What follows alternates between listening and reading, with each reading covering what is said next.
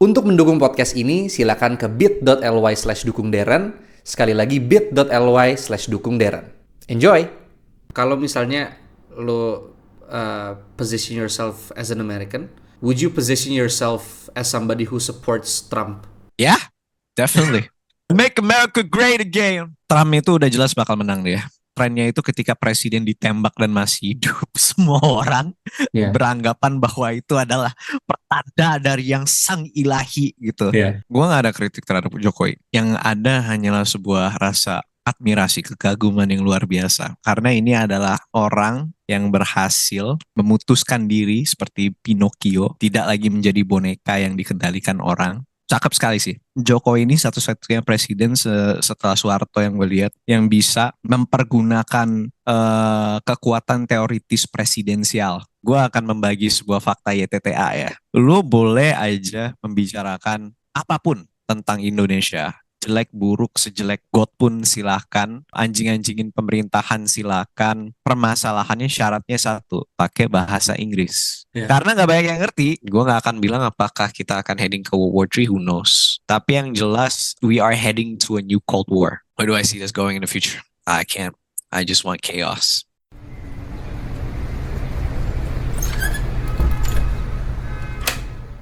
Hai, nama gue Darren Christopher dan ini adalah Opportunity Cost, podcast yang direkam oleh seorang anak kos dan diupload kalau ada kesempatannya aja. Join me and my guests and listen to well-curated talks about life, philosophy, comedy, and so much more. So sit tight and enjoy. Hey everyone, selamat datang di Opportunity Cost, podcast anak kosan yang diupload kalau ada kesempatannya aja. My guest for today needs no introduction as he has amassed quite a lot of following online as the otaku/wibu political commentator and host of the Base Indonesian show. Buzzer, welcome to the show. Thank you very much. Otaku, we political. That's what they're calling me. Well, the kids call me these days. That's how I perceive you online. Oh, I see. Okay. Well, that's quite flattering. Gue tuh ngeliat lo punya header YouTube. Lalu kan itu ada banyak tokoh-tokoh anime. Lalu ada lo di tengah dan lo lagi dicium pipinya nih. With this random anime girl gitu. Gue sering lihat dia, cuman I don't really know who she is. Oh, itu tadi dulu gue jadi lihat. Aduh, gue lupa lagi siapa ya. Dia, I think gue harus buka header YouTube gue ini. Punya Bandoping gitu, I think. Bandoping itu kalau nggak salah. Wait, my channel. Where is my channel? Oh, there you go. Gue jadi penasaran. Gue lupa anjir mana my channel, your channel. Okay, your channel. Oh, itu that's 02, itu 02. I see. Iya, itu 02. Bukan ini ya, bukan Prabowo ya. Oh. Kita bahkan belum mulai. I see, but welcome to the show, man. Gue nggak nyangka kalau gue akhirnya bisa ngebawa lo ke sini dan ternyata. Thank you very much. I'm honored to be among the people that you invite. Thank you so much. Tapi ever since I saw you, I think it was on TikTok, probably last year, mungkin ya. I think would be the latest. My first question would be is why the outfit gitu? Why are you presenting yourself like this? Like this is the 21st century, right? And most of professional politicians don't dress like you do, right? But somehow you are here online with this setup. So why? They just don't have class, man. These days, you gotta conduct politics with class and poise, right? Yeah. And what better way to emphasize gimana caranya kita bisa nge-conduct politik yang berkelas, yang penuh gaya. Yeah. You gotta appear like, you own the place, like you have a lot of money in your blood, Lo harus elit gitu. Iya benar. Nanti kita akan ngomongin juga soal elit. Tapi gue ngerasa kalau konten lo tuh sangat-sangat nyentrik. Mungkin pertama karena lo pakai bahasa Inggris, ya kan, most of your content, and you refuse to provide subtitles so that people can actually learn to understand your content in English gitu. Tapi mungkin the most interesting thing of all is that you're actually speaking English while commenting on Indonesian politics, ya kan? So gimana caranya itu bisa sampai ke sana gitu, sampai akhirnya lo memutuskan untuk ya I wanna comment on Indonesian politics karena it's a very tough issue. Gue bahkan as an Indonesian gue nggak sepenuhnya paham dinamika politika seperti apa. I see, I see. Oke, jadi yang pertama, ini gue akan membagi sebuah fakta YTTA ya. Ya. Lu boleh aja membicarakan apapun tentang Indonesia, jelek buruk, sejelek sejelek God pun silahkan. Lo lakukan itu, lo anjing-anjingin pemerintahan silahkan, lo tunjukkan ketidakadilan yang sedang terjadi silahkan juga gitu loh. Nah, tapi permasalahannya syaratnya satu dari elit, yaitu pakai bahasa Inggris. Mengapa seperti kayak gitu? Karena kebanyakan orang Indonesia itu nggak paham bahasa Inggris. Ini beneran? Apa? Ini lo ngomong beneran atau ini sarcasm? Yang bahwa lu boleh ngomongin semuanya as long as it's in English? Ya, yeah, you can take it Serius? that way. Oh, Yep. Oke. Lu silakan, lu mau ngomongin apapun, apapun itu, lu mau bilang sih, wah organisasi ini parah banget ya, punya pertambangan udah nggak bener nih, asalkan pakai bahasa Inggris, ya nggak masalah. Yeah. Karena nggak banyak yang ngerti, That's insane. itu aja. Iya kalau misalkan banyak yang ngerti, banyak reaksi, manuver keganggu, ada cek gitu loh, pergerakan dari manuver tersebut tercek gitu loh oleh atensi masyarakat. Jadi ya makin dikit yang paham, makin bagus. That's why I use English. Gitu. I see. And not only that, gua rasa kebanyakan dari ekspresi gua itu efektif digunakan dalam bahasa Inggris. Ekspresi yang gua gunakan apa? Sarkasme, wit, hyperbole, semua itu menurut gua enak untuk di-deliver pakai bahasa Inggris aja. Betul. Plus, gua ingin orang itu ngelihat ya aslinya Indonesia kayak gini di luar negeri. Ya, gitu sih. Would you say that your main audience bahkan bukan orang Indonesia sebetulnya, tapi would be people outside who actually speak English supaya mereka bisa punya a better look ke dalam Indonesia selain daripada big media gitu? Ini menarik nih, karena gue perhatiin pas the early days of the Base Indonesian Show, banyak banget orang bule yang nge-follow gue di Base Indo pas akun gue cuman 100-an, 500-an. Itu kebanyakan dari mereka tuh orang bule Indo. Literally diaspora bule yang ada di Indonesia gitu. I see. One of my first followers on YouTube and Instagram and TikTok, his name is Damien Ho. Dia itu Who in the World. Right? Dia content creator. Oke. Dia content creator orang Australia, setengah Malaysia. Dia ngekonten di Indonesia karena pas waktu itu dia kejebak di Indonesia gara-gara COVID. Oh shit. Jadi ya udahlah, dia ngapain, gue gabut ngapain ya, content creating aja lah. Dia buat video pertamanya viral langsung di TV One, di Metro TV dan lain-lain kan. Dan ternyata market gue pas waktu itu isinya orang-orang kayak gitu. Makanan yang gue sajikan itu disantap habis-habisan oleh orang-orang seperti Damien Ho. Udah gitu gue diikutin orang kayak Lawrence Benson. Dia orang bule juga, orang Inggris. Dia menyajikan konten makanan. Dia jadi dia tuh orang Inggris yang tinggal di Indonesia. Dia suka masak. Dia menunjukkan masakan-masakan Indonesia ke orang-orang luar negeri gitu.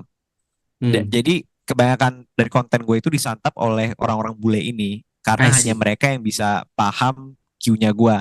Dan awal-awal kebanyakan orang Indonesia itu nggak paham apakah gue serius, apakah gue satire, apakah gue ini sarkasme gitu. Orang Indonesia nggak paham. Tapi lama-lama ya dengan waktu karena banyak konten-konten satire juga yang bermunculan tiba-tiba, ya udah jadinya mereka paham. Betul. Gue juga pertama kali ngelihat konten lu. Gue juga mengiranya most of it is satire karena lo membawakannya dengan suasana yang unpolitical kan, yang somewhat sangat-sangat down to earth, sehingga maybe most people bisa perceive it that way. Kebanyakan dari orang yang dibesarkan dalam sebuah lingkungan kritis atau lingkungan yang dimana permainan body language itu bermain, right? Subtle language, subtle speaking, subtle way of speaking, body language itu bermain. Mereka paham bahwa the baseless Indonesian show, as it is called now, is satire. Ya, apakah itu satire atau enggak? Sampai sekarang juga gue nggak tahu. Kadang gue serius, tapi gue dianggapnya satire. Ya udahlah, gue satire aja lah gitu. Iya benar. Tapi what is satire kalau misalkan gue akuin itu satire? Jadi True. gue nggak akan akuin apakah gue satire atau enggak. Gue hanya membicarakan how people perceive me, right? Iya. Jadi kebanyakan orang Indonesia itu tidak dibesarkan dalam lingkungan kritis. Kita dibesarkan di lingkungan dogmatis, yang oke, kalau misalkan kita ada salah, kita nggak bisa menjelaskan kesalahan kita apa, kita disuruh diam, terima aja kesalahan kita. Kita nggak boleh, kalau misalkan kita diomelin, kita nggak boleh ngelirik langsung mata orang yang ngomelin kita gitu. Iya, kita dibesarkan dalam lingkungan kayak gitu, ya pada akhirnya gak ngerti bahwa apa yang dilakukan ini adalah ya sebuah satire gitu. Ya, betul. Iya. Betul. I always have this understanding about Indonesia yang sebetulnya cukup aneh gitu. Gue merasa di Indonesia kita dilegalkan untuk bertanya apapun selama hal itu nggak penting. Misalnya contoh, dari acara-acara televisi yang kita lihat, kita tuh disajikan berbagai macam gosip, berbagai macam urusan rumah tangga artis-artis, dan it seems kita tuh punya free access kepada kehidupan mereka. Tapi when it comes to the things that really matter as a nation gitu, misalnya soal ideologi bangsa kita, misalnya soal internal politik kita seperti apa, tiba-tiba itu tuh menjadi sesuatu yang tabu. Lo setuju nggak sama itu? Manipulation of the public opinion itu selalu terjadi dalam negara-negara demokrasi, tapi demokrasi tapi pemerintahnya itu dikuasai oleh kelompok-kelompok yang mempunyai kepentingan egois. Right. So di Indonesia itu cuma ada ilusi pilihan, ilusi demokrasi gitu. Kita lihat seperti yang lo bilang, kita bisa bertanya apapun sebenarnya. Tapi ketika kita bertanya hal yang sangat kompleks, yang rumit, yang berhubungan dengan kebijakan dan tata negara kita, gak dianggap atau enggak malah dibungkam gitu. Tapi pertanyaan apa aja, ya boleh gitu. Yaitu untuk meningkatkan impresi bahwa Indonesia itu adalah negara demokratis gitu. Kenapa setiap Hari Bayangkara, tahu Hari Bayangkara kan? I think so. Hari Bayangkara itu hari kepolisian. Kepolisian itu mereka manggil stand up komedian ke panggung, terus udah gitu disuruh kasih kritis. Itu untuk memberikan impresi bahwa polisi itu terbuka atas kritis dan opini masyarakat. Padahal kalau misalkan lo kritik polisi, pakai divisi humas Polri lah, apalah ya, tiba-tiba ada orang ngetok-ngetok di pagar lo. Jadi itu hanya untuk membangun sebuah ilusi bahwa demokrasi kita itu berfungsi. Padahal mah ya enggak, itu semua cuman play. It's just a theater gitu. Dan itulah yang terjadi dalam negeri ini. Ini poin yang sangat-sangat sensitif. Tapi I wanna push on this. Apakah lu berpendapat bahwa Indonesia is actually a hollow democracy? Demokrasi yang kopong, mungkin hanya terbatas pada pemilihan langsung kita selama 5 tahun sekali, tapi whatever happens in between those 5 years, it's actually di luar tangan kita gitu. Banyak sih faktor-faktor yang bermain. Menurut gue sih ya kita negara demokrasi murni. Kita mempunyai kebebasan memilih calon yang sudah ditentukan oleh negara. Iya. Kebebasan berpendapat terhadap hal-hal yang bukan menjadi kepentingan pejabat-pejabat negara gitu. Kita mempunyai pilihan-pilihan itu. Asalkan kita tidak melewati garis batas itu ya, semua aman. Kita ada Ya, demokrasi, kita mempunyai sistem demokrasi yang bagus. Kita calon lebih dari 3, lebih bagus daripada Amerika. Amerika cuma 2 doang, 2 iya, partai lagi. Nah iya, kalau misalkan di kita partai bisa ada 100. betul. Udah gitu calon bisa ada 5 gitu. Ya, Bisa dijadiin wapres lagi kalau misalkan ada koalisi berkoalisi gitu kan. ya, ya Menurut betul. gue ya, walaupun realitanya wah jelek banget nih, demokrasi kita bermain sebenarnya. Kita negara demokrasi yang sangat bagus. Harusnya Amerika belajar dari kita. India itu harus belajar dari kita itu. Nah, Iya benar. coba lihat Amerika, ngapain partai ada 2? Iya. Partai rame lah, biar menunjukkan kepada masyarakat bahwa ya apa ini nih demokrasi itu berfungsi, kita punya banyak partai, banyak suara, banyak kepentingan gitu, padahal semua sudah disetting. Ya, ya, ya. Iya seperti itu sih. Hmm. Tapi gue pernah ngobrol sama temen gue dan di kampus dan kita sempat argue antara apakah Indonesia ini hollow demokrasi atau kita illiberal demokrasi. Jadi kadang-kadang nih dalam persepsi orang Barat, demokrasi yang tidak seperti apa yang dilakukan di Barat itu it's not a democracy gitu. Itu sesuatu yang negatif. Tapi kan mungkin demokrasi Lockean yang kita lihat di Barat itu nggak harus diterapkan di sini gitu, bener nggak sih? Gitu. So apakah kita sekarang berada di tahap are we just different in culture bahwa kita nih illiberal demokrasinya atau apakah ini memang defect dalam demokrasi kita dan seharusnya kita mencoba untuk strive seperti demokrasi di barat? Kalau menurut gua, ini balik lagi kepada fundamental ya. Demokrasi itu adalah bukan barometer sebuah negara sukses. Hmm. Sebuah negara sukses itu bergantung kepada cara governance-nya, good governance. Ya. Nah, tapi lo membawa concern masa illiberal demokrasi, menurut gua Indonesia itu bukan illiberal demokrasi. Yang pertama, indikasi sebuah illiberal demokrasi itu apa sih? Yang kita pahami kalau misalkan kita cek di Google dan lain-lain ya. Ya.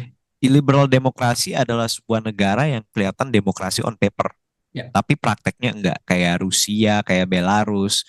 Mereka punya, kalau di Rusia ada State Duma kan, ada Hmm. DPR, ada presiden, ada perdana menteri. Rusia itu adalah negara presidensial parlementer yang gak jelas, masa presiden kuat banget sih, tapi ada Ya. perdana menteri juga. Itu Ya. itu nggak masuk akal sih menurut gue sih. Ya. Ya eh, ya kelihatannya sih seperti ada demokrasi di Rusia, eh tapi ya pada prakteknya tidak. Kekuatan itu dipegang oleh si presiden dan oligarki-oligarki ini yang mempunyai perusahaan, yang mempunyai kursi kementerian atau bahkan kursi gubernur gitu. Ya. Di Belarus juga seperti kayak gitu. Di Singapura juga seperti kayak gitu, surprisingly, Ya. illiberal demokrasi. Bahkan kenapa gue bilang di Singapura seperti itu? Ya apa apa persamaan Singapura dengan China? Ya kan negara satu partai, Betul. ya kan?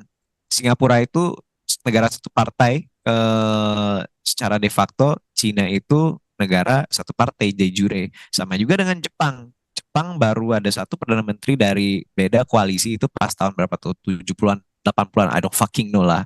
Tapi selama itu Jepang itu diperintah oleh Liberal Democratic Party. Ya. Ya, jadi one party state kan, de Ya. facto gitu. Nah, Ya. sekarang kita balik ke Indonesia. Apakah di dalam Indonesia tampilannya itu seperti demokrasi, tapi prakteknya tidak seperti demokrasi?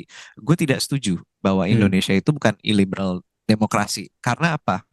Kita masih memilih, right? Hmm. Walaupun it's no secret that ya kebanyakan dari calon-calon kita itu dipilih berdasarkan prosesi-prosesi politik yang tidak melibatkan rakyat.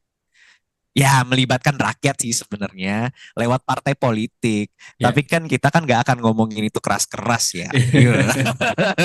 Ini Iya, berbahaya nih. tapi Ini berbahaya tapi nih. gue hanya mengatakan metro fact gitu. Gue ingin Oke. orang Indonesia itu lebih pinter berpolitik. Kalau Ya. orang Indonesia pinter berpolitik, wah kita akan menguasai dunia. Ya. Hidup Indonesia, bos. Nah, anyways, balik lagi. Ya. Em, walaupun calon-calon tersebut ditentukan oleh kepentingan-kepentingan politik yang tidak mendapatkan input dari masyarakat secara menyeluruh ya, kita masih bebas untuk memilih mereka semua.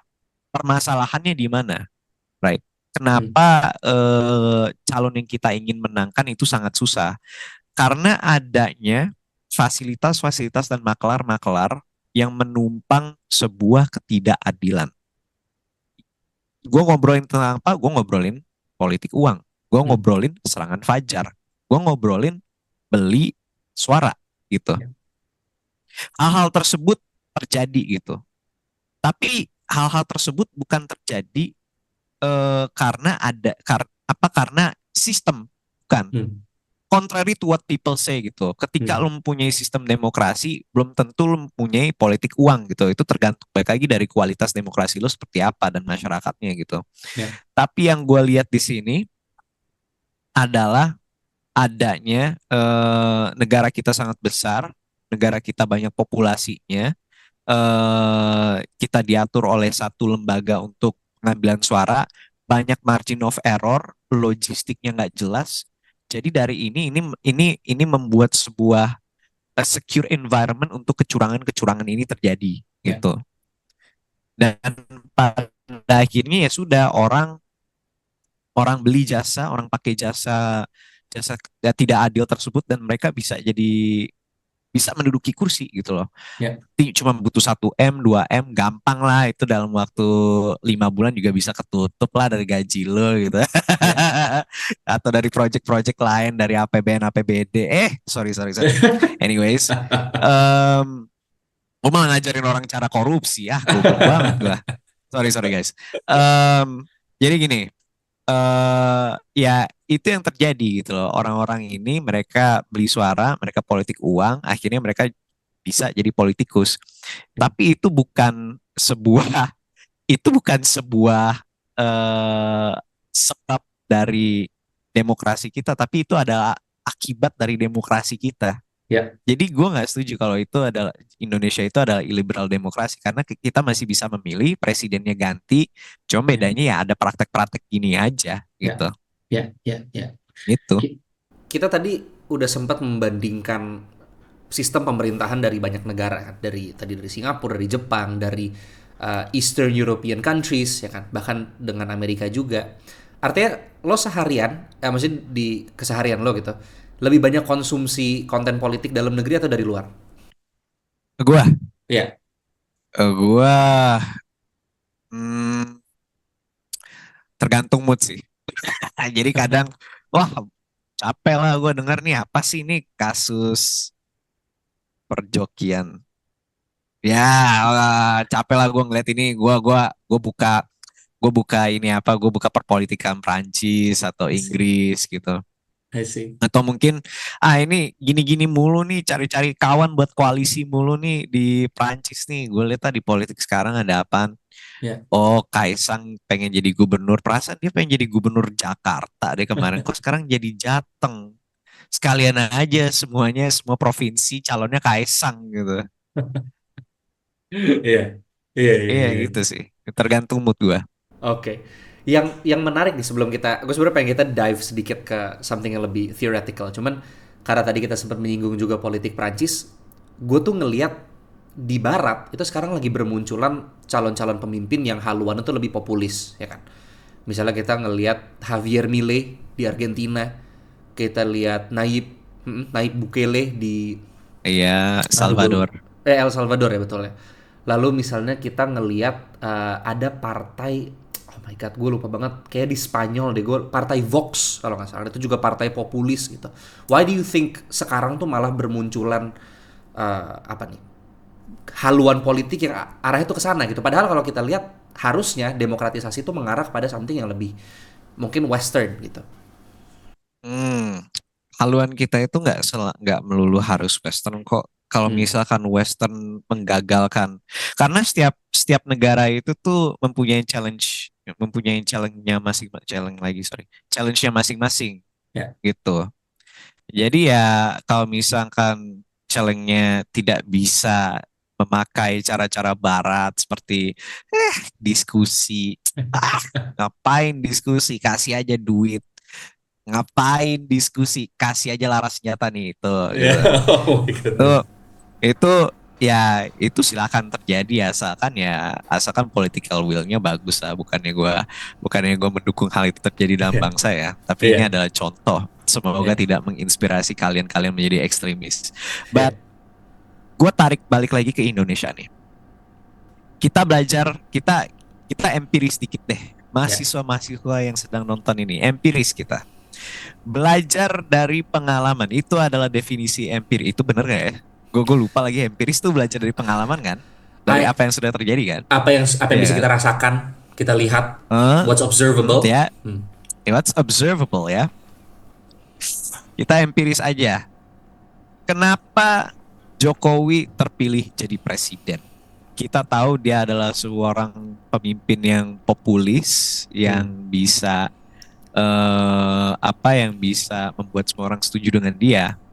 Kenapa pemimpin populis itu bisa naik? Ya, indikasinya itu karena ada kesenjangan antara masyarakat dan pemimpin-pemimpinnya dan elit. Ya. Itu terjadi itu. Di Argentina, kita ambil Argentina. Javier, kita ambil Javier Milei. Bentar ya, ada Ya. Gojek nelpon. Halo, Mas, tolong di ini ya, tolong iya digantung aja. Saya lagi rapat. Yuk, terima kasih ya Mas ya. Oke, balik lagi. Kita Oke. lihat Argentina. Oke, kenapa yang dipilih itu Javier Milei? Mengapa nggak calon-calon lain? Karena banyak pemimpin Argentina itu tidak bisa mengatasi masalah inflasi. Ya. Inflasi Argentina itu gede banget, Pak. Gitu. Gue juga nggak tahu inflasi itu kerjanya gimana. Tapi detailnya, semua harga jadi mahal. Ya. Itu gampangnya, semua harga jadi mahal gitu. Ya. Lo kalau misalkan pengen beli warteg, ya 100.000 lah gitu lah kurang lebih. But anyways, enough of my yapping. Anyways, mereka mencari pemimpin yang bisa, yang yang tahu rakyat itu maunya apa, dan rakyat mau inflasi itu ditekan. Jadi mereka milih Javier Milei yang paham ekonomi, yang pas waktu dia menduduki kursi presiden dia langsung memangkas anggaran negara, dia langsung memangkas kementerian-kementerian yang nggak jelas, langsung dia shutdown biar mengurangi yang terjadinya defisit. Biar semua duitnya itu bisa dialokasikan untuk mengatasi inflasi gitu. Ya. Dan dia dicintai oleh itu.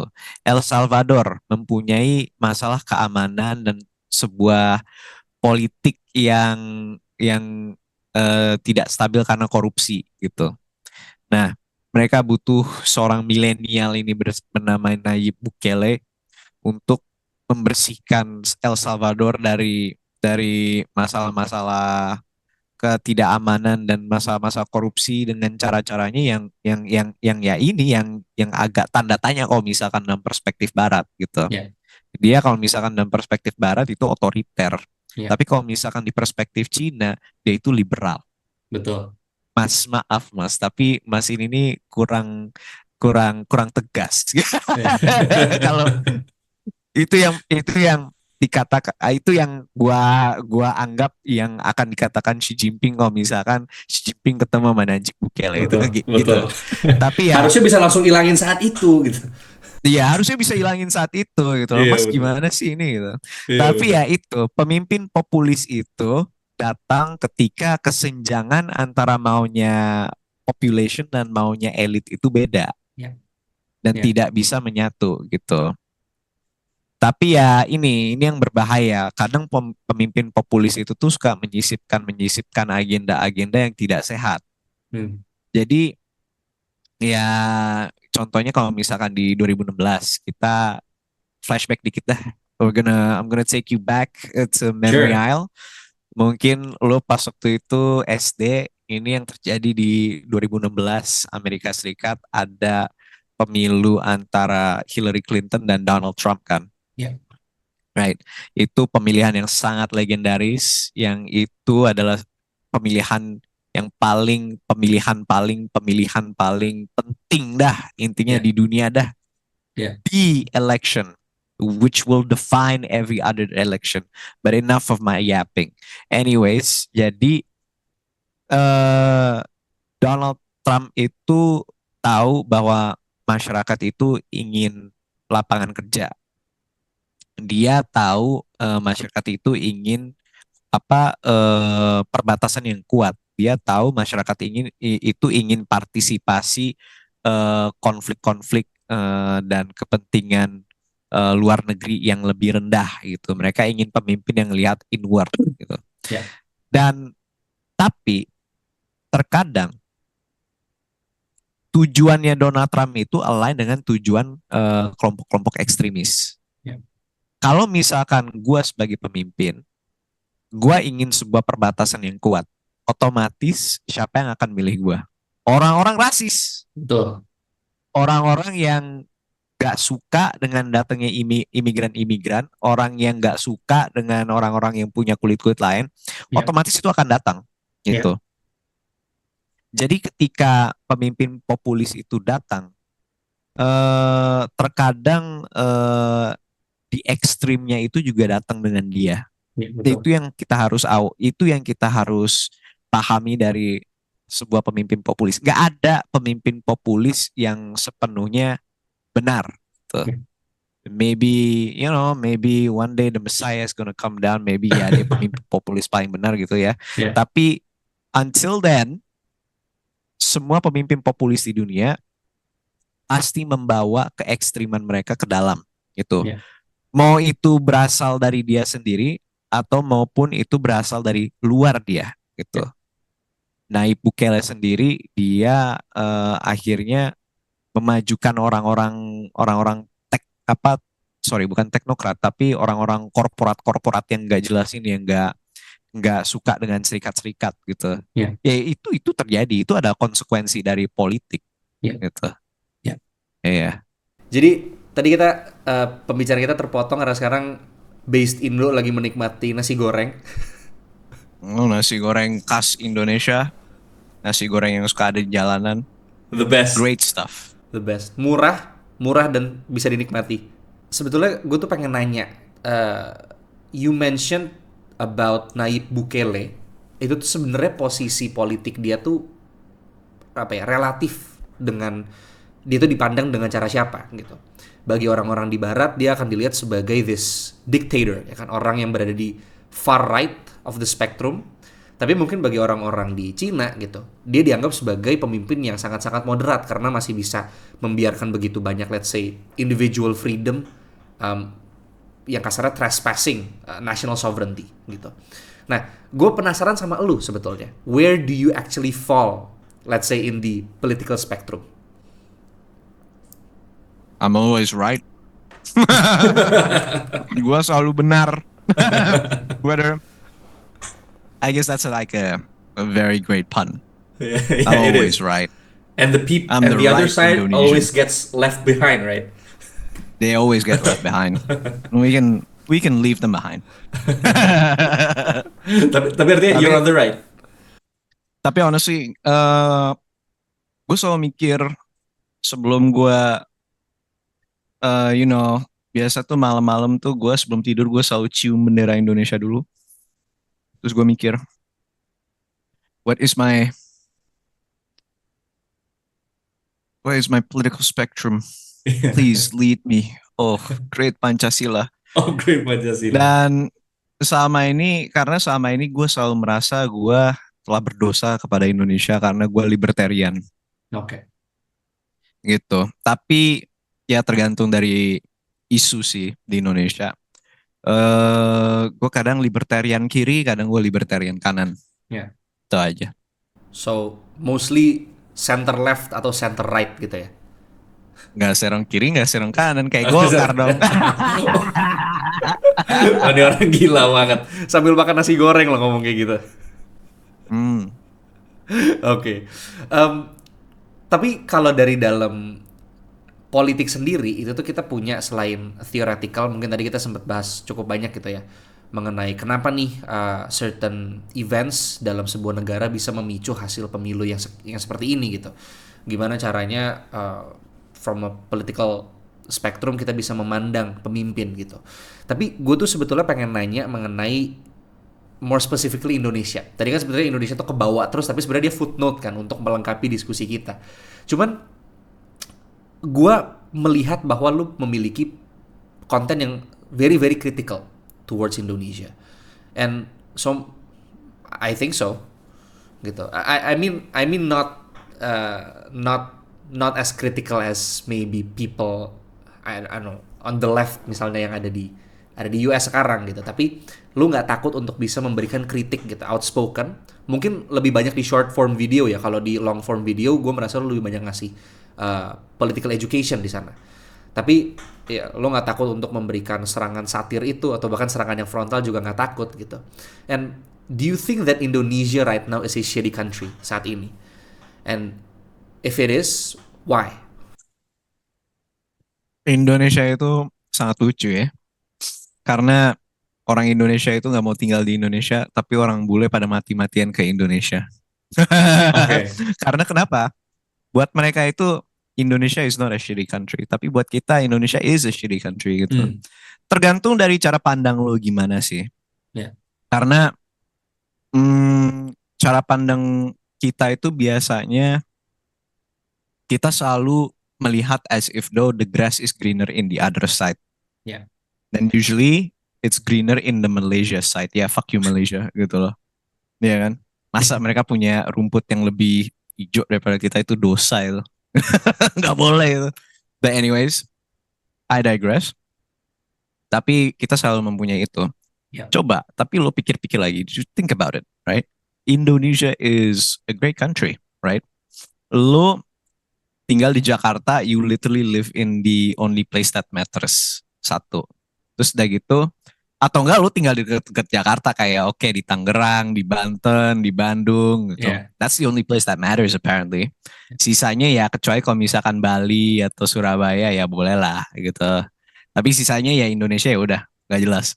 Nah, but anyways, lu bisa beli segala macam serba murah di Indonesia. Kalau misalkan lu bandingin sama luar negeri. Tapi kalau misalkan lu bandingin di sini di Indonesia enggak.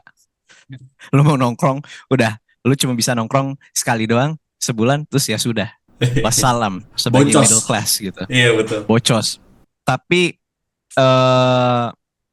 buat orang Indonesia itu sangat tidak nyaman, tapi buat orang luar negeri itu sangat nyaman sekali gitu, karena biasanya harganya. Udah gitu kebebasannya. Mungkin ya kita nggak bisa ngata-ngatain pemerintah, tapi holy shit kita bisa ngerokok di mana-mana. Kita bisa bukannya gue mendukung rokok ya. Yeah. Bukannya gue mendukung rokok atau industri rokok dan lain-lain. Ini hanya sebatas you know, like what I'm telling you guys. Yeah. Lo bisa ngerokok di mana-mana. Udah gitu apalagi, wah transportasi banyak, ada angkot, ada beca, ada Gojek. Iya. Gitu, literally oh my god. Dan Gojek itu ya saking banyaknya itu setengah populasi kita gitu. Enggak lah, itu hyperbola ya. Terus udah gitu apalagi, makanannya enak-enak. Lu mau cari makanan yang ya murah, mirip-mirip India dikit tuh, cari makanan Padang. Lo pengen cari makanan yang kayak barbekyuan dikit ya, lo ada makanan Sunda kan. Yeah. Oh, lo mau makanan yang pedes manis, Japanese food is the one for you buddy. Lo mau yang lada-lada, Madura gitu. Makanan banyak di sini, enak banget. Gue sering ngebawa teman-teman gue dari luar negeri ke Indonesia.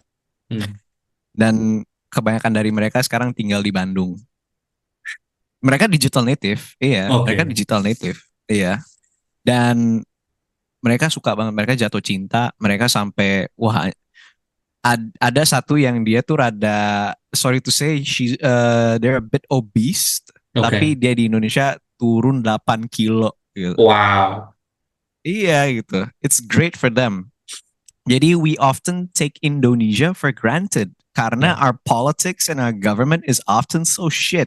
But if you think about it again, we live in the best place in the world. Yeah. We got the best food, we got the best climate. Lo mau selalu panas kan? Dan kalau misalkan panas ya selalu subur. Karena selalu subur, makanan banyak dan sehat. Alhasil apa? Populasi banyak gitu loh.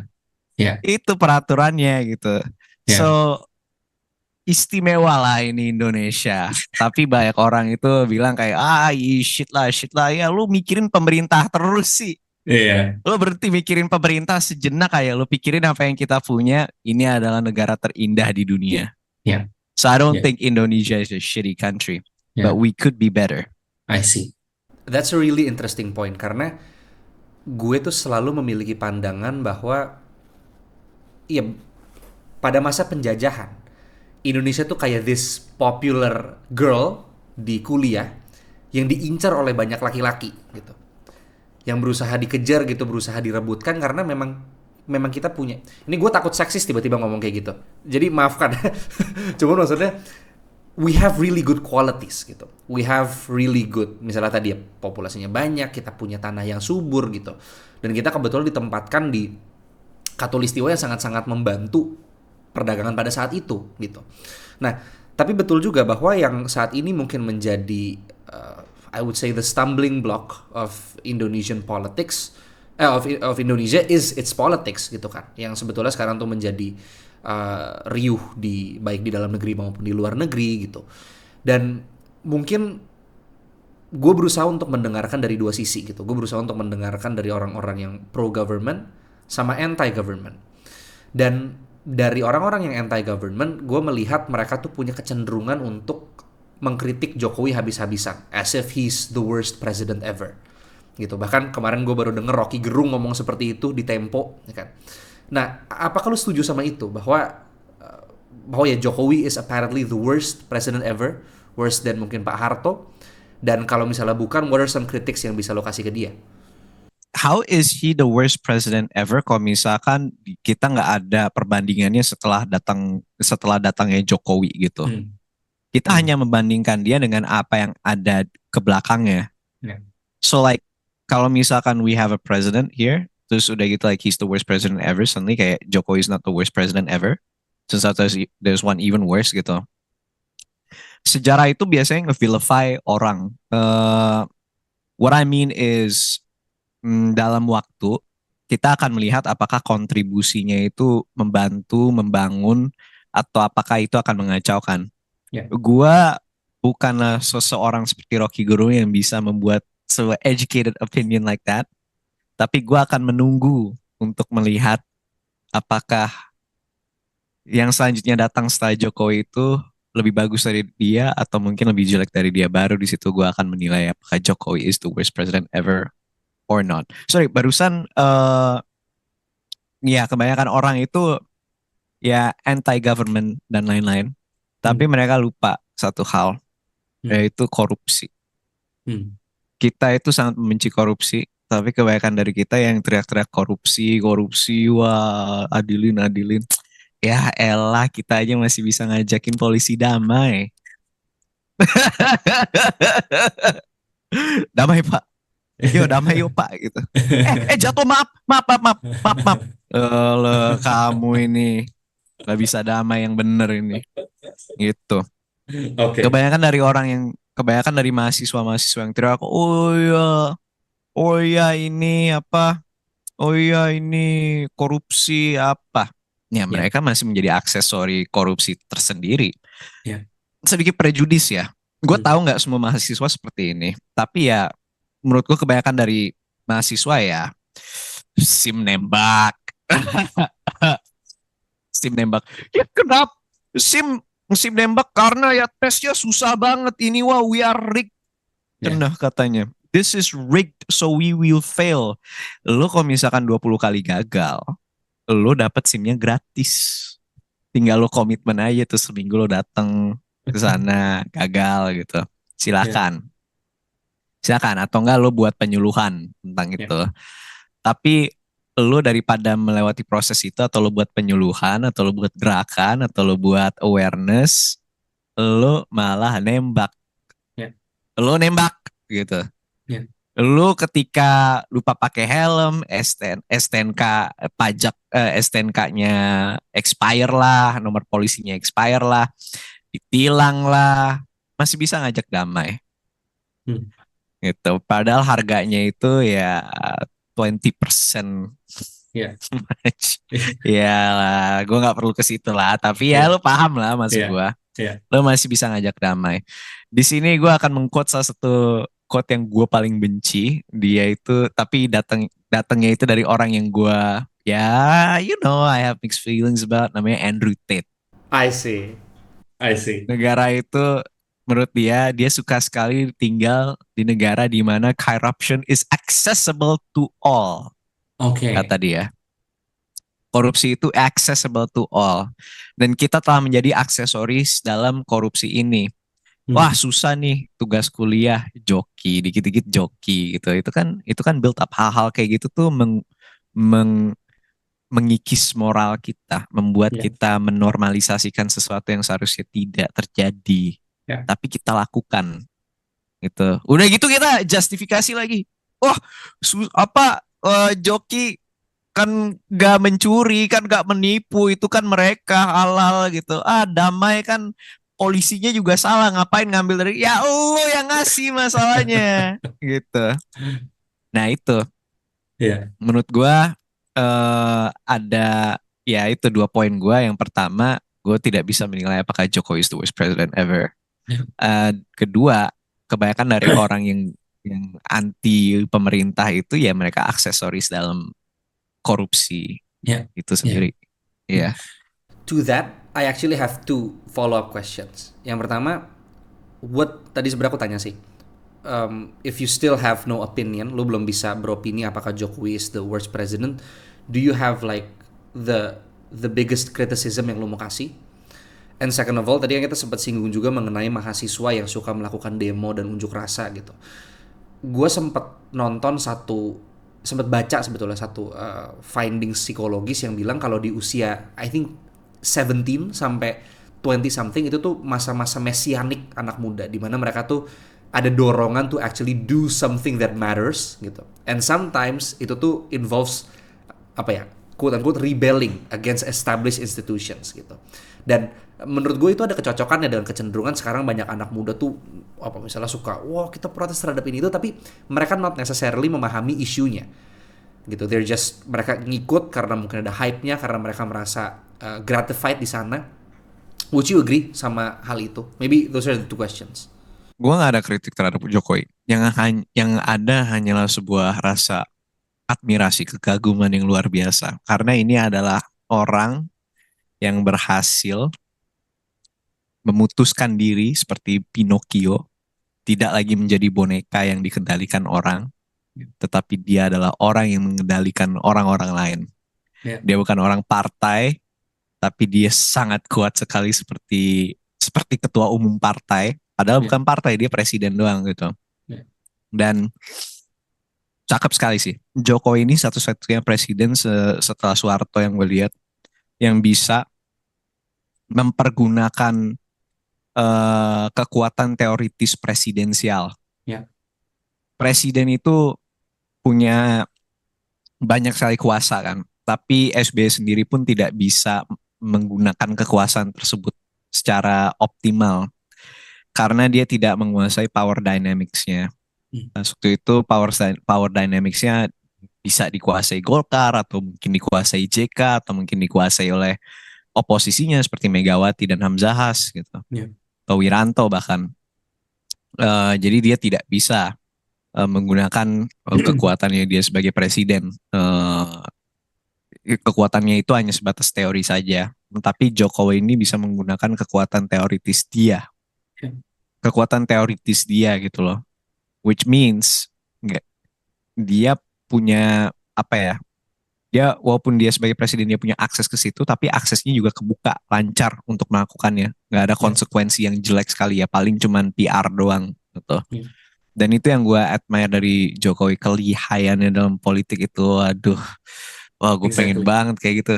Kayak kalau di Game of Thrones tuh kayak Peter Baelish dia, kayak Littlefinger. Ya. Exactly. Kenapa? Gue tuh ngerasa meskipun banyak orang itu kontroversial, maksudnya it's a controversy, it's a polemic ya kan, gimana orang-orang melihat Jokowi gitu. Ada yang ini bagus sekali, bahkan kita sangat mendukung gitu Gibran ikut naik karena setidaknya kita punya continuation of this very popular president. Tapi ada orang-orang di sisi lain yang sangat entai sama itu. Tapi I think satu hal yang bisa kita sepakati bersama-sama adalah dia tuh mainnya cantik sekali gitu.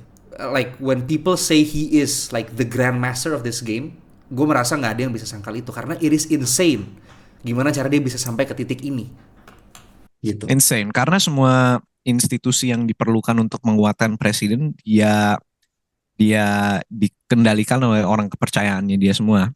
Ya. Menko Marves, semua Jokowi itu tuh kecenderungannya inward dia.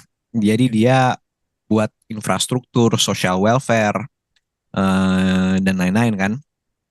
Perbaikan hukum. Tapi fokus dia kalau dikerucutin lagi itu kepada infrastruktur. Dan infrastruktur itu butuh investasi. Jadi yang berat bermain di investasi itu, yang berat bermain di pemerintahannya dia itu siapa ya? Menko Marves. Menko Marves dia kasih ke orang kepercayaannya Luhut. Kalau misalkan kita kerucutin lagi, Menko Invest, dia kasih juga ke temannya Bahlil. Jadi makin dia pegang tuh.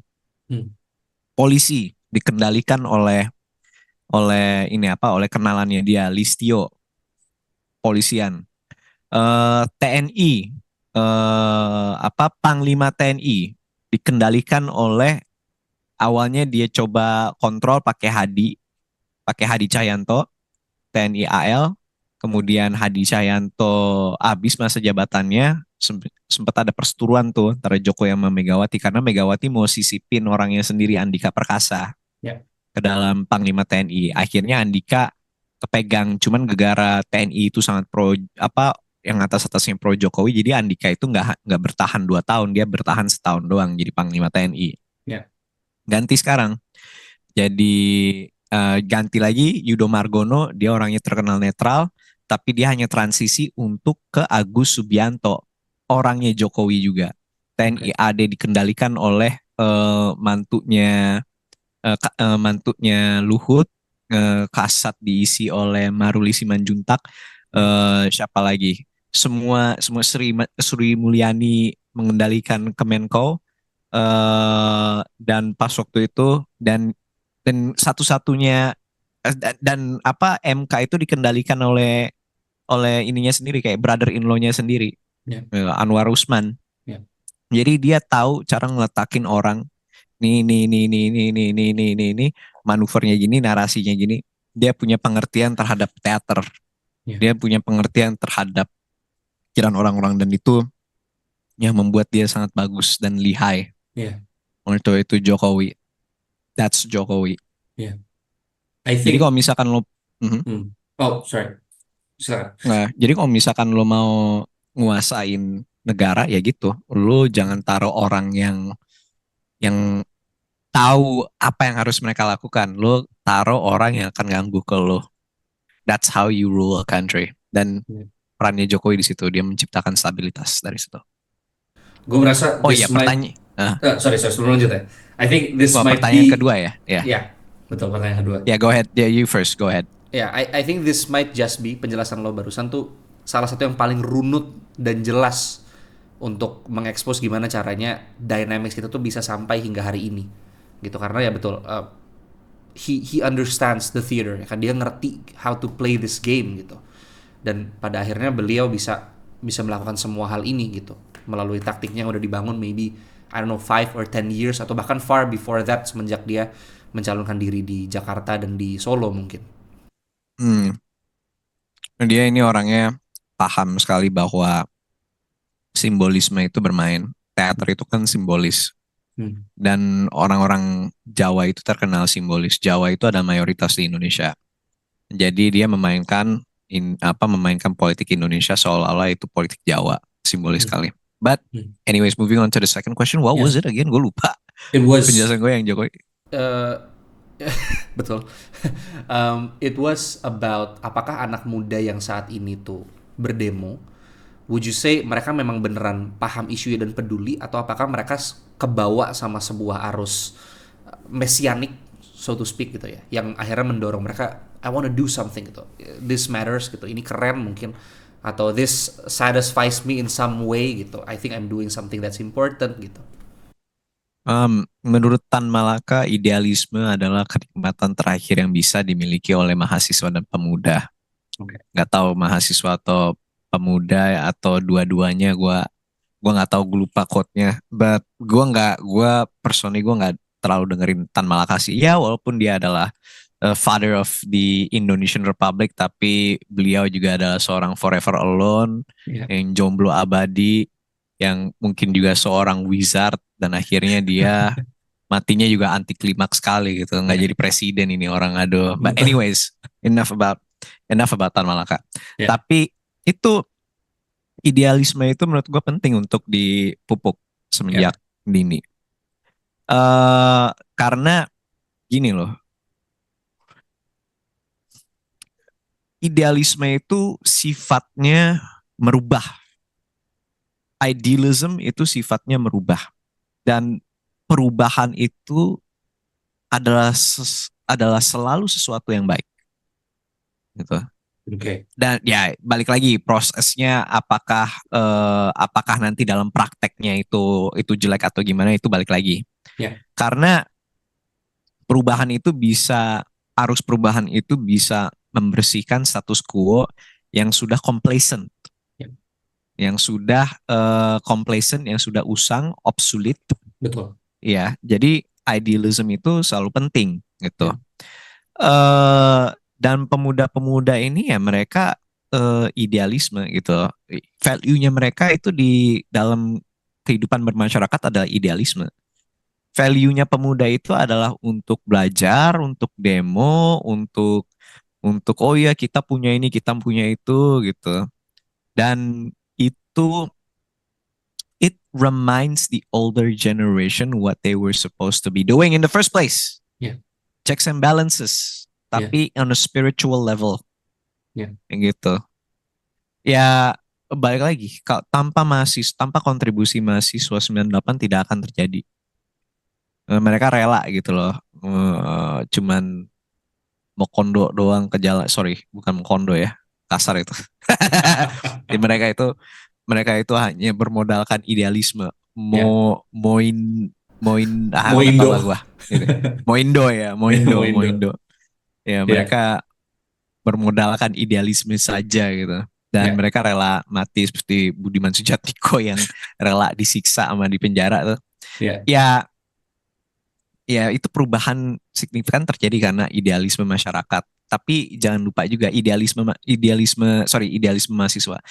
Idealisme mahasiswa itu bukan hanya sesuatu, it's not the only thing yang mengubah Indonesia pas waktu itu, tapi juga ada tekanan dari kaum intelektual, ada sebuah perubahan hati dari kaum militer gitu, ada sebuah dorongan dari kaum pemegang modal gitu, banyak. Itu banyak. Jadi my point is, setiap demografi masyarakat itu mereka mempunyai fungsinya masing-masing, dan mahasiswa itu fungsinya adalah idealistic. That's the thing. Jadi untuk mahasiswa jangan patah semangat. Patah semangatnya nanti aja kalau misalkan udah umur 25, pas sudah nerima gaji, baru terus itu patah, silakan. Kalian sudah tidak dibutuhkan lagi. Sudah ada yang baru-baru ini. Kalian udahlah buat berkeluarga lah sana, ikut politik, buka usaha, udah kerja kontribusi untuk masyarakat. Masa iya 25 tahun lu kerjanya cuma mau demo sama ini doang, sama idealisme doang. Di situ siapa? Ormas. So I guess the quarter life crisis can even stop idealism di situ. Iya. Itu sih. Sehat untuk lo sadar waktunya gua berserah diri dengan realitas. Tapi bukan berarti idealisme lo mati. Cuman idealisme lo berkembang gitu. Lo jadi paham the value of pragmatism. Gitu. Itu sih. Dengan melihat semua ini, seberapa optimis lu bahwa Indonesia tuh bisa menjadi a great power di level internasional dalam waktu dekat ini? Dalam waktu dekat ini Indonesia nggak akan jadi nggak bakal jadi great power. Kita cuman ya apa yang gue sebut sebagai paper tiger, sebuah macan kertas. Kita macan tapi bentukannya kertas gitu, materinya dari kertas. Kalau kena air langsung basah, langsung hancur, kena api langsung kebakar gitu. That's what we are. That's what we are going to be.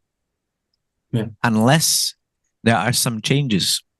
Kecuali kalau misalkan ada perubahan dari cara pandang kebijakan publik kita, cara kita minjem duit dari luar negeri, gitu. Bahkan ke kebijakan luar negeri. Lu kan sebagai anak HI ya, jadi lu tahu bahwa let's focus on IR ya. Let's focus on foreign policy.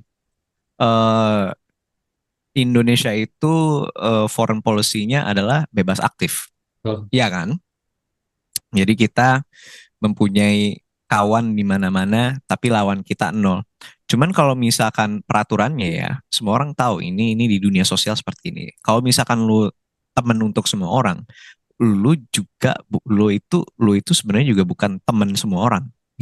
If you have friends everywhere, you're nobody's friend. Betul. Lu punya 1000 temen, lu bukan temen asli 1000 orang itu. Ini kita akan memasuki sebuah zaman tensi geopolitik yang baru kan. US China, Second Cold War, US China and Russia and BRICS gitu. Walaupun BRICS sampah banget gitu, tapi ya sudahlah, biarin mereka mau mencoba, mau ngegeng sendiri kan, mencoba kan. Mau ngegeng sendiri kan, gak ada salahnya. Mau buka tongkrongan sendiri. Betul. Kan nggak apa-apa, jadi nggak apa-apa, silakan gitu. Ya artinya dunia akan terpolarisasi gitu. Mau itu bentukannya multipolar atau bipolar seperti cewek-cewek yang kita hit up on Bumble. Aduh, that is so sexist. I am so sorry. I am just so kidding. Yeah. It's on him. Yeah. It's on him. Yeah. Sorry. Gue bercanda. Yeah. But anyways,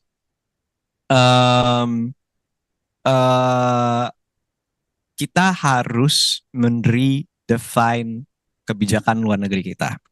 Karena netralitas itu sudah membuktikan bahwa kita tidak aman.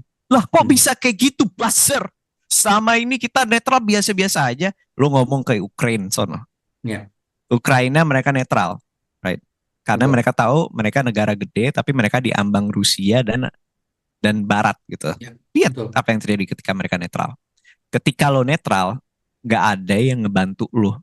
Cuman bantu senjata doang, gak ada yang berani nurunin pasukan dan lain-lain. Justru dalam ketegangan geopolitik kayak gini, kita harus memahami the value of deterrency. Right? Agar mereka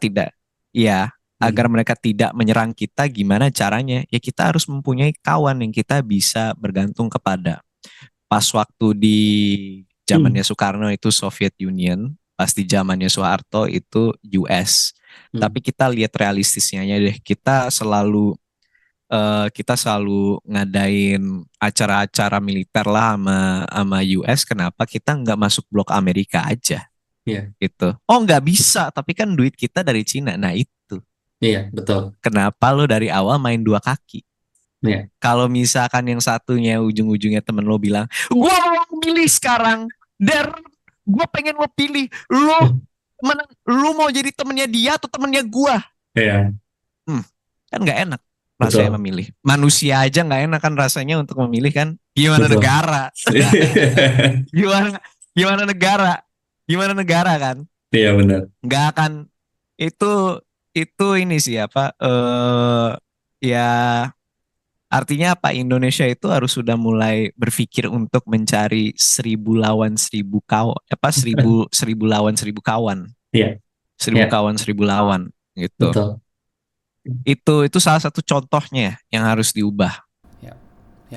And what's unique bahkan kalau misalnya kita baca karyanya Muhammad Hatta soal bebas aktif, itu sebetulnya nggak pernah mendoktrin kita untuk jangan punya musuh, actually, gitu.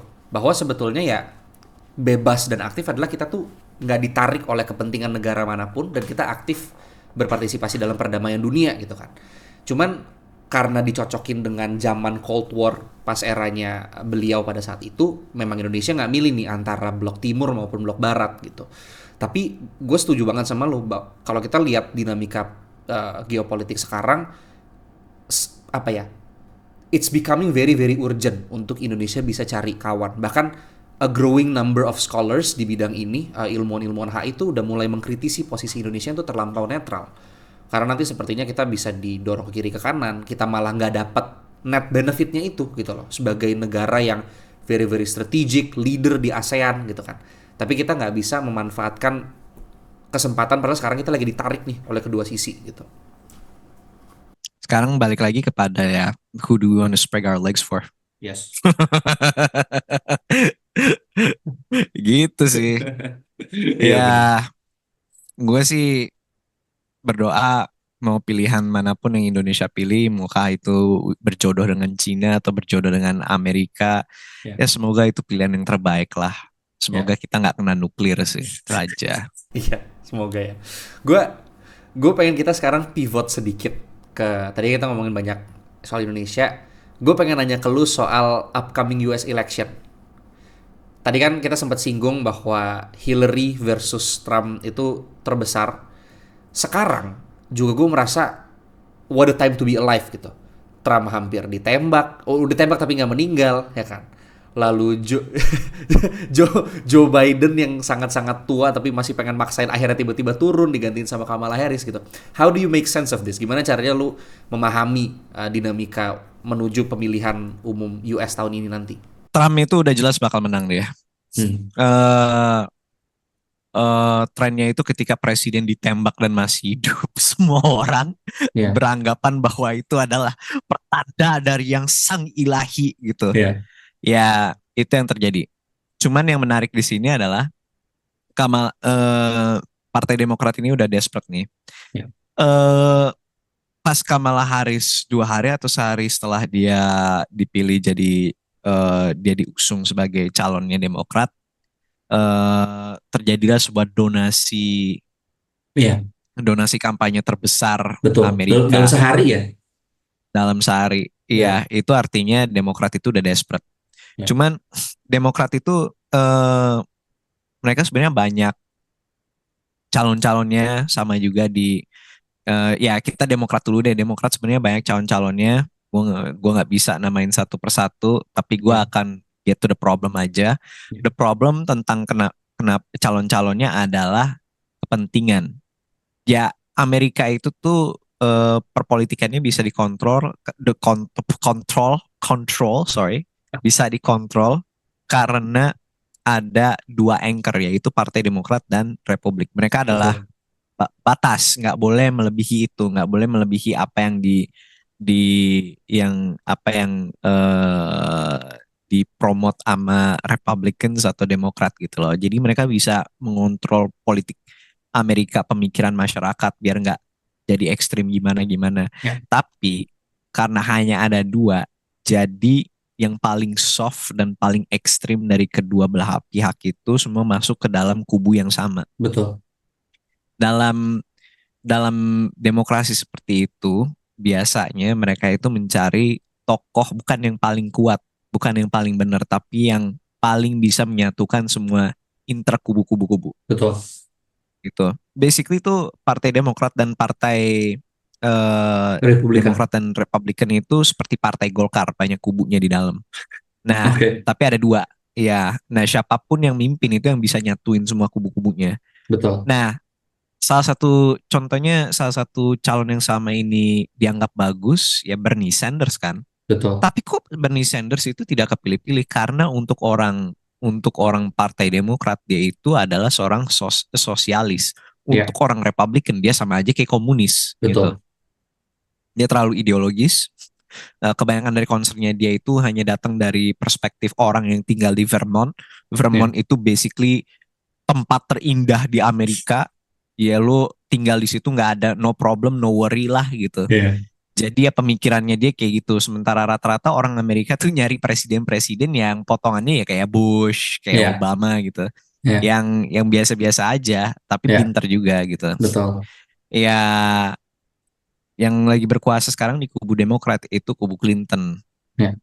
We call them the Clinton Democrats. Nah, mereka yang ujung-ujungnya memilih siapa yang bisa gitu. Ya. Nah ya Biden itu sebagai Washington elite ya otomatis dia bisa. Kamala Harris sebagai running mate-nya ya otomatis bisa. Ya. Nah sekarang kita pindah ke Partai Republik. Sebenarnya Trump itu di internal Republik nggak disukain. Trump itu tuh hanya mewakili as like a 1/5 of the Republican Party, Ya. of the GOP gitu. eh Karena Trump itu dianggapnya ekstrim sama barbar. Ya. Kebanyakan dari Partai Republik itu potongannya itu nggak kayak Trump. Ya. Mereka itu potongannya itu orang-orang yang fiscally konservatif Ya. gitu. Betul. Nah kalau Trump nih beda sekali nih, dia tuh udah lebih parah daripada Bush dianggapnya sama orang-orang Republik. Betul. Nah jadi orang-orang Republik itu yang mereka cari orang-orang yang bisa lebih moderat. Kayak contohnya si Reagan itu kan rada moderat dia. Reagan Betul. rada moderat, Bush rada moderat. Ya. Tapi si Trump ini nggak moderat ya. Ya. Tapi mereka tahu bahwa si Trump itu bisa memenangkan perlombaan buat mereka. Nah, perpecahan ini sangat nampak sekali ketika impeachment dari Trump sebelum Trump itu kalah Ya. kepresidenan. Itu di situ nampak tuh. Tapi akhirnya eh,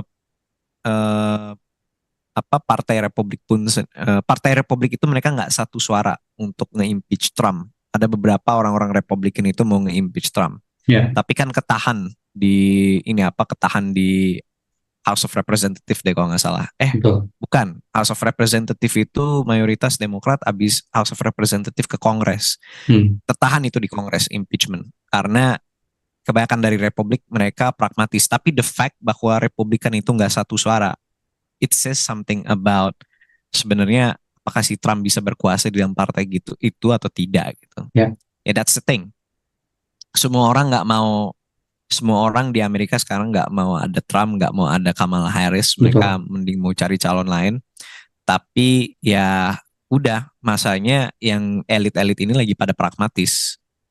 Ya. Gitu. Ya. Dan gue rasa itu ngejelasin kenapa begitu banyak calon lain. Misalnya kalau dari Republikan kemarin ada Ron DeSantis cukup terkenal ya kan, Vivek Ramaswamy cukup terkenal gitu. Kalau dari Demokrat juga ada Gavin Newsom gitu, tapi mereka semua tuh kayaknya nggak sampai ke atas gitu. Ron DeSantis itu dianggapnya itu lebih ekstrim lagi daripada Trump. Oh iya. Ron DeSantis kalau nggak salah. Makanya dia kalah.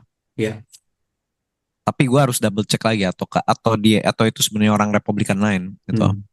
Tapi lu sepakat nggak kalau misalnya salah satu alasan kenapa Kamala Harris itu tidak populer adalah karena katanya ya, ini gue mungkin bias news source yang gue ambil, karena katanya dia tuh diversity pick, bahwa karena orang Demokrat ini lebih mengedepankan inclusion, lebih mengedepankan equity, pada akhirnya sewaktu Biden naik yang diusung adalah this woman yang mixed race gitu. Dia kan the first I think half Indian or something kan. Jadi banyak yang bilang the reason she's so unpopular tuh dua, karena yang pertama dia tidak terlihat aktif selama masanya Biden, dan yang kedua karena dia diversity pick gitu.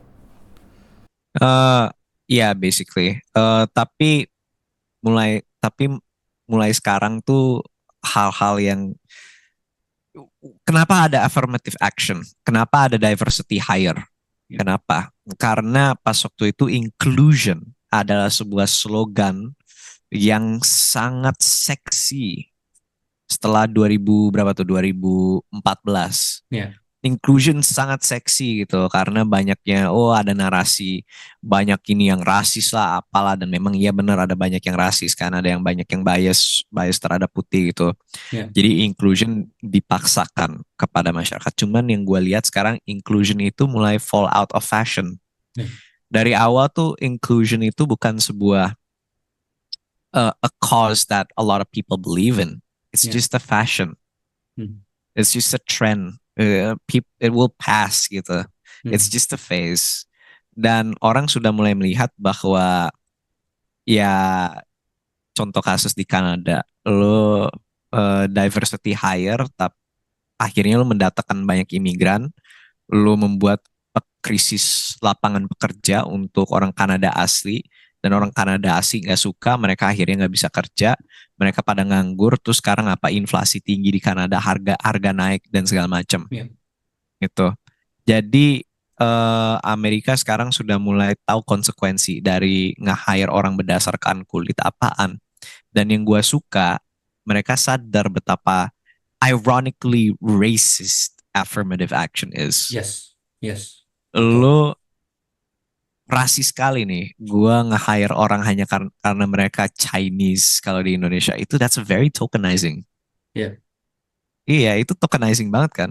It's Yeah. ingenuine. Kayak gue Yeah. hanya pengen dipandang, gue hanya pengen dipandang kayak, oh ya gue maju kok, gue inclusion kok, tapi Yeah. gue nge-hire mereka berdasarkan dari ya mereka rasnya ini. Yeah. Gitu. Yeah. It's Betul. racist. Gue sepakat banget sama yang tadi lu bilang, karena gue merasa bahwa kalau misalnya representasi itu sangat-sangat sedikit and it poses a problem gitu, misalnya ada a group in the population yang tidak diwakilkan, let's say dalam politik atau dalam lembaga apapun, I think untuk kita bisa mengedepankan quote unquote inclusion itu tuh mungkin ada benefitnya gitu.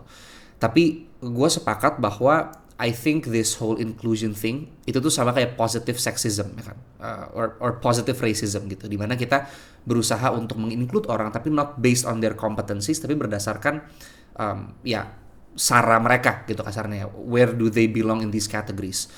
Gue paham bahwa di Indonesia I'm a minority as a Cindo, ya kan, tapi gue juga nggak mau kalau misalnya tiba-tiba dijadiin oke, 50% mesti orang Chinese yang ada dalam DPR gitu, karena gue tahu bahwa just because 50% of DPR adalah orang Cindo doesn't make DPR-nya better gitu. Gue nggak tahu apakah ini outrageous untuk ngomong seperti itu ya, tapi I think kalau misalnya kita pengen membawa negara ini lebih maju, yang harus kita lihat adalah competencies itu. Sekali lagi, kalau misalnya memang it poses a problem nih, ternyata oh my goodness, this group of people sangat-sangat underrepresented, I think boleh gitu ada kuota itu. Tapi di saat itu menjadi the focus, bukan lagi competencies, maka ya kita akan mendapatkan government yang inklusif tapi not necessarily well functioning gitu. Lu sepakat nggak sama itu? Itu ada dilemanya lagi sih. Oke, gimana? Because let's say a majority of the people here itu adalah orang Jawa kan. Well, obviously orang Jawa itu akan lebih bias untuk memilih calon-calon yang mempunyai background yang lebih sama. Yeah, that's the entire basics of democracy. People choose how they feel. Yeah. People choose what they relate to, and usually people relate to the same people as them, right? Yes. Kecuali kalau misalkan let's say there is a Cindo yang whatever they do, it's very sympathetic towards the Javanese community. Jadi orang-orang Jawa memilih dia, tapi dia itu he's not a rule, he's an exception, right? So you have this country, lo mempunyai negara ini yang banyak, yang ada minoritas dan minoritas yang cukup banyak, tapi mereka nggak di represented. Pada akhirnya secara politik mereka tidak terjaga dan mereka didiskriminasi gitu. Yeah. Tapi at the same time ketika mereka mereka dipilih untuk masuk, untuk nyalek, untuk berpolitik, mereka nggak kepilih gitu. Yeah. Ya terkadang stuff like affirmative action, it does wonders. Affirmative action does wonders, memaksakan sebuah diversifikasi yang mungkin dibutuhkan pas waktu itu. Gitu, karena nggak ada yang mau milih untuk diversifikasi, tapi diversifikasi adalah sesuatu yang bagus untuk saat itu tuh. Tapi ini akan menjadi masalah ketika masyarakatnya sudah diverse, mereka sudah memilih bukan lagi berdasarkan fisik, tapi mereka mempunyai daya pemikiran untuk memilih dengan pertimbangan-pertimbangan lain, tapi masih ada affirmative action. That becomes a problem. I see. Gitu. That becomes a problem. Nah, Indonesia nih menurut gua kita masih di tahap di mana kita harus ada diversifikasi, harus ada affirmative action dalam politik. Let's say 2 pemilu lagi, hentikan itu affirmative action. Semua bisa. Kita lihat apakah akan ada banyak calon-calon Cindo di DPRD kota, DPRD daerah, DPR RI, MPR RI gitu. Apakah lebih banyak dari mereka atau tidak gitu. Karena gue yakin bahwa orang Indonesia itu bisa mencapai level itu di mana mereka memilih bukan berdasarkan ras, tapi berdasarkan pertimbangan-pertimbangan lain yang lebih kompleks. Gitu. Itu dilemanya. So you would say as a starting point it's okay nih untuk kita bisa melakukan affirmative action tadi, tapi seiring dengan berjalannya diversifikasi itu menjadi something yang natural gitu, something yang normal, kita mesti kembali ke setting awal itu, yaitu ya we choose based on competencies dan bukan based on race alone gitu, atau ya any kategori. Iya, gue nggak akan menutup kemungkinan bahwa affirmative action itu adalah sesuatu yang buruk. Nggak, semua hal itu ada kebaikannya, tapi tergantung dari kondisinya. Ketika ada minoritas yang lumayan besar, lumayan kuat, let's not play coy here. Minoritas Cindo itu lumayan besar di Indonesia walaupun 2%. Kenapa gue bilang mereka itu lumayan besar walaupun 2%? Karena mereka mempunyai daya purchasing power yang sangat kuat daripada orang-orang Indonesia lainnya. Dan they are eager to be a part of our society, these minorities gitu. Ya, tapi perpolitikan kita itu sangat tertutup terhadap interest Cindo gitu. Ya, affirmative action dibutuhkan. Seiring berjalannya 2 kali, 3 kali, 4 kali, lepas itu affirmative action. Kita lihat apakah affirmative action itu berguna atau tidak. Gitu. Kalau misalkan ujung-ujungnya tidak berguna ya gimana? Nggak apa-apa, lanjut dulu. Oh ya, kalau misalkan ujung-ujungnya diversification itu ya balik lagi ke status awal, ya udah, berarti emang ya orang Indonesia rasis aja sih. I see. Sampai harus ada affirmative action biar orang-orang Cindo itu di DPR RI, terus pas tiba-tiba dilepas udah nggak ada orang-orang Cindo lagi di DPR RI gitu. Wah, itu sih masalah. Udah sampai ke tulang-tulangnya. Iya, udah sampai tulang-tulang aja sih itu. Tapi menurut gue orang Indonesia nggak serasis yang dipikirkan sih. Iya, betul. I agree. Gue malahan a bit gue digress dikit ya. Iya, boleh. Baca ada artikel Jakarta Post ini.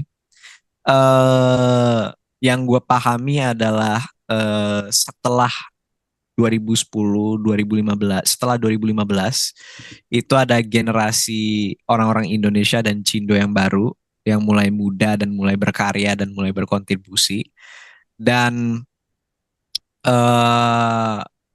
di mereka itu upbeat. The Cindos yang lahir setelah 98, mereka itu nggak ada rasa ketakutan terhadap pemerintah, jadi mereka lebih upbeat. Mereka ingin menjadi bagian dari masyarakat, dari society Indonesia, tetapi generasi lama-lama Cindo itu sangat gated sekali. Betul. Gitu. Jadi pada akhirnya ada sebuah generasi Cindo yang muda ini yang ingin tahu seperti apa Indonesia aslinya, tahu gimana caranya menjadi orang Indonesia sewajarnya, bukan orang Cindo ya, tapi orang Indonesia. Betul. Gitu loh. Tapi mereka di gatekeep oleh generasi-generasi yang lebih tua yang banyak trauma gitu. Dan ada generasi orang Indonesia yang tidak memiliki prejudikasi orang-orang generasi Indonesia tua ini gitu. Dan ya itu yang kita harus explore. Sorry. Okay. What would you say? Okay, no, I think that was all sebenarnya. Tapi kalau misalnya lo position yourself as an American, ini kita agak kembali lagi ke pembahasan sebelum ini ya. Would you position yourself as somebody who supports Trump? Yeah, definitely. Nggak pakai bahasa basi ya. Make America great again. Ya.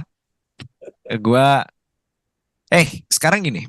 Sebuah America First policy adalah America First Policy adalah sebuah kebijakan yang sangat menguntungkan Amerika. Gue sebagai orang Amerika, ketika gue bayar pajak, duit gue itu rata-rata kemana? Ke Afghanistan, ke Betul, NATO, ke betul. ke USAID di Cina lah, Ya, untuk bayar utang inilah. Duit gue itu sedikit sekali yang dipakai untuk public works, sedikit sekali yang dipakai untuk masalah kesehatan gitu. Dan America First itu adalah kebijakan yang mengedepankan rakyat Amerika, betul. lebih banyak lapangan pekerjaan, dikit intervensi Asing.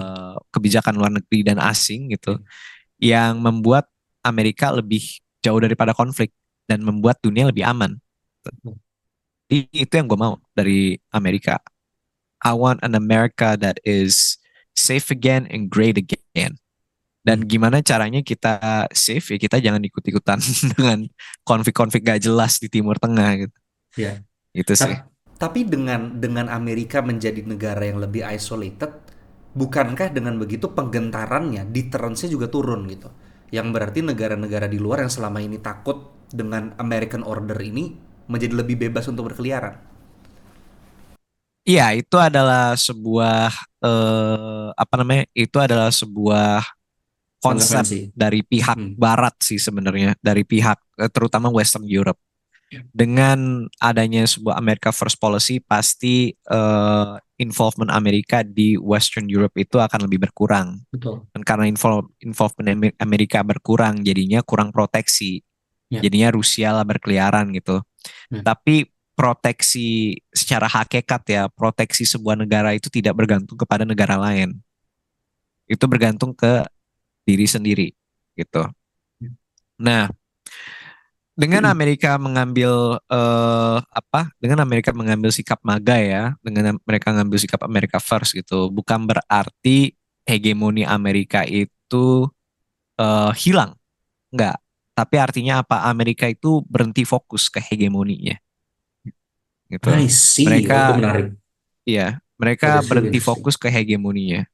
Mereka itu lebih fokus kepada masalah-masalah domestik, lebih melihat inward, ke masalah Hmm. kesehatan, masalah sosial, masalah hukum gitu. Hmm. Tapi di Amerika itu yang biasa terjadi sih itu masalah pajak sama masalah masalah pajak, masalah pekerjaan, masalah perusahaan sama masalah imigran. Hmm. Udah empat itu. Mereka fokus semuanya ke dalam situ, semua duitnya masuk ke situ gitu, membuat Amerika lebih bagus lagi untuk orang-orang Amerika, ditinggali selayaknya untuk orang Amerika gitu. Hmm. Nah, dengan Amerika First, iya betul, mereka negara-negara yang dilawan oleh Amerika ini akan berkeliaran, itu hanya konsekuensinya Betul. gitu. Tapi let's say kalau misalkan Amerika di bawah sebuah pemerintahan yang bukan Amerika First, Amerika itu akan mengambil tindakan-tindakan preemptif, Hmm. preventif, preemptif, tindakan-tindakan yang bisa dilihat seperti agresi, Ya. mata-matain dan lain-lain gitu. Ya. Tapi dengan kebijakan Amerika First, kita tidak akan mengambil tindakan preemptif. Hmm. Kita nggak akan mengambil tindakan-tindakan preemptif itu. I see. Contohnya kalau misalkan Amerika di bawah Trump, mereka bersinggungan dengan Rusia, Amerika itu nggak akan ngebantu Ukraina sampai Betul. Rusia nyerang Betul. gitu. Betul. I see. Jadi, Atau hmm, ya, ini jadi lebih masalah neorealis Mersheimer gitu ya? iya, Ya. karena ngapa gini loh, konflik itu adalah it's a two-way street. Ketika lu memberikan sesuatu, gua akan memberikan sesuatu dan itu akan meningkatkan tension kan. Lu anjing, lu juga anjing, tensi tinggi gitu. Tapi kalau misalkan lu anjing, terus udah gitu lu diem aja, nggak ada tensi Hmm. gitu. Gua nggak tahu lu mau ngapain. Bisa aja lu cabut gitu loh. Ya. Tapi itu akan terjadi ketika lu nonjok gua akan nonjok balik. Itu that's the thing about America first gitu. Gitu sih. Well, I hope that menjelaskan sih konsepsi orang mengenai America first. Very, very. What are your thoughts on Jordan Peterson? Dulu gue seneng sih dengerin dia, cuman sekarang sih ya I don't know, something hit him in the head. Jadi makin gak jelas jujur kalau kita mendengar beberapa recent expositions dia. Iya, gue nggak apa ya, gue nggak suka ketika dia ngomongin masalah trans gitu, kayak udahlah nggak cocok lah. Iya bener. I think sometimes yang menjadi problem dia adalah he yaps too much, yang belum tentu itu menjadi expertise dia, dan sekarang menjadi menimbulkan banyak kebingungan antara orang-orang kan, gitu mengenai what he thinks about God, about religion, about culture, gitu, about dia kan banyak ngomongin soal Jungian archetypes ya. Iya, gue personally kalau misalkan untuk Jordan Peterson, gue sih udah lama nggak dengerin dia sih. Menurut gue dia ya versi berotaknya aja Andrew Tate sih. Iya bener. Dan versi lebih softnya juga I would say. Versi lebih softnya ya. Ya kalau misalkan Sigma Sigma gitu adalah Sith, lo nonton Star Wars, Jordan Peterson itu Emperor Palpatine, si Andrew Tate itu Darth Maul. Iya betul. Ya kurang lebih kayak gitu. Iya betul. Tapi dengan melihat semua dinamika ini, would you say that we're heading towards World War III gitu? Karena sekarang kita ngelihat konflik lagi meletup di mana-mana kan, di Eropa ada, di Timur Tengah ada, bahkan konflik-konflik yang dulunya berlangsung tapi nggak terlalu spotlight sekarang sangat-sangat menjadi spotlight gitu. Sekarang kita lupakan apa yang kita pelajari di textbook lah. Interdependensi kan yang kita pelajari dari sebuah proses democratic peace theory kan. Ya. Bahwa negara demokrasi itu akan membuat trade, dan trade itu akan membuat negara interdependen, karena negara-negara interdependen mereka nggak akan perang, itu salah. Itu kan cuma teori. Nah, kita lupakan itu dulu lah, dan kita terbuka terhadap, we open our mind to newer possibilities gitu. Gue nggak akan bilang apakah kita akan heading ke World War III, who knows. Tapi yang jelas we are heading to a new Cold War gitu. Those are two different things.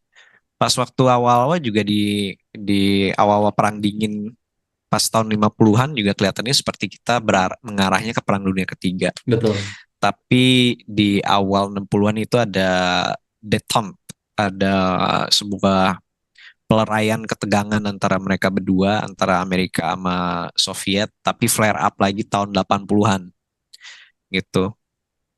Dan gue nggak akan bilang kayak ya intinya gue nggak pasti bilang bahwa mungkin Indonesia nggak mungkin gitu, nggak mungkin gitu dunia is gonna head to World War III, but we are definitely heading towards a Cold War. Yeah. We need to be prepared for that. Yeah. Gitu. I see. Ya, tambah lagi kayak konflik-konflik kayak Israel Hamas gitu. Yeah. Ini lumayan menarik lagi gitu. Israel sama Hamas mungkin bisa menjadi pemicu perang dunia ketiga. Dan sebelum itu kita harus lihat juga geopolitiknya seperti apa. Kalau misalkan kita ngomongin akan memicu perang dunia ketiga Israel Hamas, itu menurut gue kejauhan. Israel Hamas itu adalah sebuah permainan geopolitiknya Iran dan Saudi Arab dan Israel. Betul. Itu. Ya, kalau misalkan kita ngomongin possibility-nya ya the possibility of open warfare between Iran versus Israel dan Arab gitu. Iya gitu sih. Dan mereka paling akan menjadi proxy dari negara-negara lebih kuat yang saling berkepentingan di sana kan. Bisa jadi proxy, bisa juga langsung skip a step, langsung perang dunia ketiga juga bisa. Tergantung dari prosesi diplomasi dan trade gimana ntar ke depannya. Before we go to the closing questions, gue tuh sebenarnya pengen banget nanya ini sama lo. Gue sempat lihat, gue lupa banget apakah ini konten lu di Wiwi or di mana gitu. Tapi sempat ditanya apa sih buku yang paling mengubah hidup lo, gitu. Dan kalau nggak salah itu Meditations ya, bener nggak sih? By Marcus Aurelius. Ya, tapi if you can give us like 2 or 3 apa gitu kira-kira buku yang menurut lu change your life, either your perspective in politics atau kehidupan lu in general. Gue punya buku di sini banget. Tadi sengaja gue keluarkan. Itu kontennya itu dari Adit MKM. Dia itu stand up comedian kalau nggak salah dari Malang, tapi dia banyak main di Jakarta dan sekarang sih kerjanya dia buat konten book review sih. But 3 buku yang menurut gue change my life, jelas Meditations by Marcus Aurelius, karena itu menjelaskan pemikiran seorang kaisar Romawi pada saat genting-genting.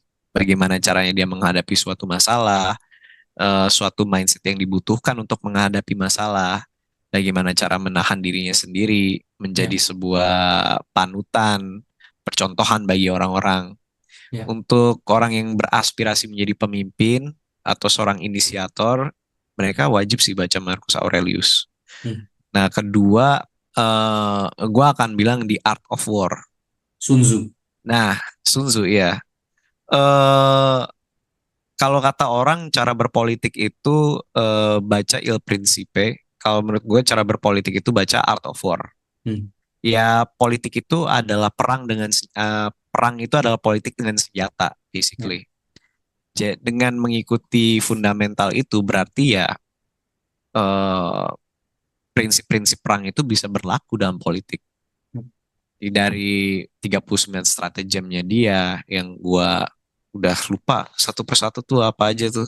Tapi dia banyak, harus memahami medan, harus memahami orang yang bekerja di bawah kita, harus memahami musuh-musuh kita gitu. Itu semua fundamentalnya ada di situ. Apalagi ya, buku-buku yang mengubah hidup gua.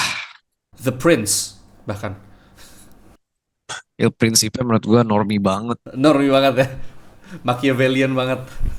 Machiavelli banget. Ngebaca Il Principe itu bahaya kalau misalkan tidak didasari oleh virtu yang kuat. Betul. Iya. Tapi apa ya? Gue mikir. Sisanya sih kayak novel-novel sih. Kayak Kafka, kayak Alexandre Dumas gitu. Gue nggak bisa namain. Paling 2 buku itu deh. I see. Alright. Dan sekarang kan artinya you're striving in the media to actually educate people about politics. Maka educate people? I've been trying to educate people.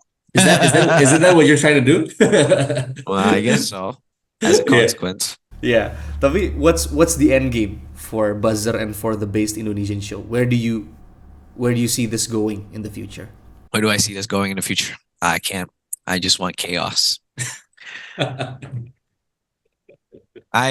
Gue mau orang Indonesia itu to keep an open mind, untuk lebih memahami bahwa mereka itu punya strengths dan weaknesses. Gue ingin orang Indonesia itu tidak mudah dikelabui. So, gue ingin membuat orang Indonesia semuanya bisa mempunyai pikiran untuk berpolitik, tidak hanya secara teori tapi secara praktis juga. That's the thing. Oh anjir, bahaya juga ya kalau misalkan setiap orang Indonesia bisa politik ya. Machiavelli banget. Kalau nggak didasari peradaban kita sangat. Iya. Peradaban kita sangat Machiavellian juga kalau misalkan kayak gitu. Tapi ya basically itu sih. Gue mau orang Indonesia yang lebih melek dengan permainan-permainan. Buzzer, it's been a really wonderful conversation. Thank you for coming to the show.